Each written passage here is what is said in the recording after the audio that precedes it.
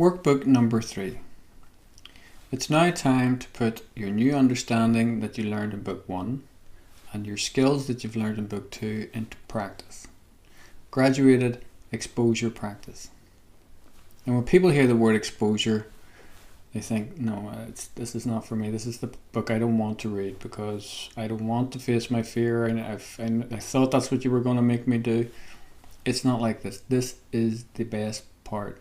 This is how you recover completely. This speeds up recovery. This is why people who go to CBT can often be recovered within 4 to 8 sessions. That's just 4 to 8 hours of therapy. It's exposure practice that is the most important part of recovery. The thing is, when you lose your fear of panic, it will stop happening. And you know, to lose your fear completely, you'd have to really believe that everything you've learned so far is the truth. You have to prove to yourself that panic can't really do you any harm. And there's only one way to do that, and that is to experience some of the things that make you anxious, to go towards it in a very, very gradual way, so that when you put your new understanding and your skills into practice, and you see that you can cope with panic, that you can reduce the symptoms, then you'll really know that it's the truth that you're reading and it's not just theory. It's so important. If you just read it and you just hope that it's right, you'll never really believe it. Graduated exposure practice works on 3 levels. First level, gradual desensitization.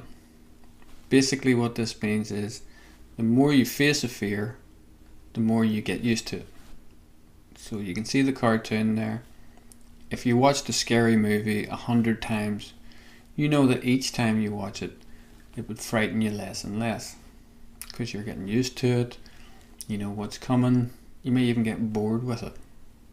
And likewise, if you gradually and repeatedly face frightening thoughts, situations, or sensations, they eventually lose their power to frighten you as well. Now maybe you're thinking, but I have repeatedly faced panic again and again, and I'm just as frightened as I ever was. But that's because you always left the panic at a catastrophic level. You probably avoided or you employed safety behaviour, and the panic was left at a peak. And then you thought, oh, if I hadn't have avoided or used the safety behaviour, who knows what might have happened. So you've always had in your head what might have happened.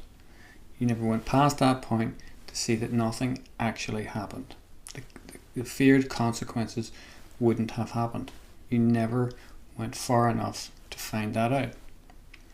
So what we're going to do is, it has to be done very gradually, and you're going to use your understanding and your coping skills. So you're going to face your fear bit by bit, just as much as you can deal with, and no more each time. Level 2, graduated exposure practice, will increase your learning. Because learning by experience is much deeper than just learning the theory. When you read books 1 and 2, it all sounds great, it even sounds logical, but until you actually put it all into practice, you'll not totally believe in it. When you put it into practice and you see it works and you think, my goodness, this really is true, then the learning is very deep. Practice provides you with hard evidence about the real causes of the symptoms, fight or flight, the fear cycles, because when you're practicing, you're going to observe the fear cycles in action, and you're going to observe the effects of your safety behaviours. You'll also be able to prove the effectiveness of what you're learning and what the skills you're learning as well. And you get to prove that the catastrophic predictions don't happen. It's all more learning than you get from just reading about it. Third level is increased confidence. So Just simply by choosing to go towards panic and face it very, very slightly and gradually every day, you get to take control of the panic.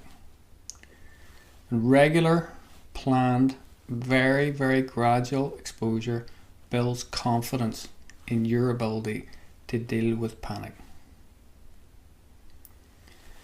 A very good analogy is if you were afraid of water, swimming. So if somebody just kept throwing you in the deep end every single day, your fear would be maintained. That's very understandable.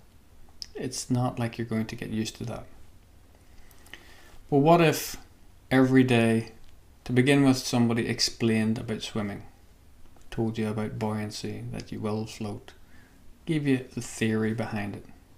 Then the next day, you went in and you just went up to your waist and you got used to the water, and you did that for a few days.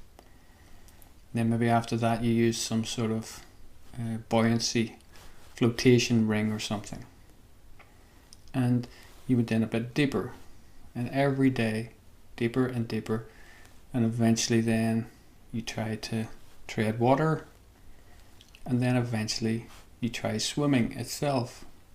You can see that if you go along those lines, you're far more likely to get used to it and not be so afraid of it. And it's totally different than just being thrown in at the deep end every single time.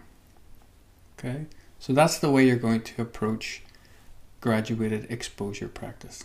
Very, very gradually, getting used to each step, no more than you can take.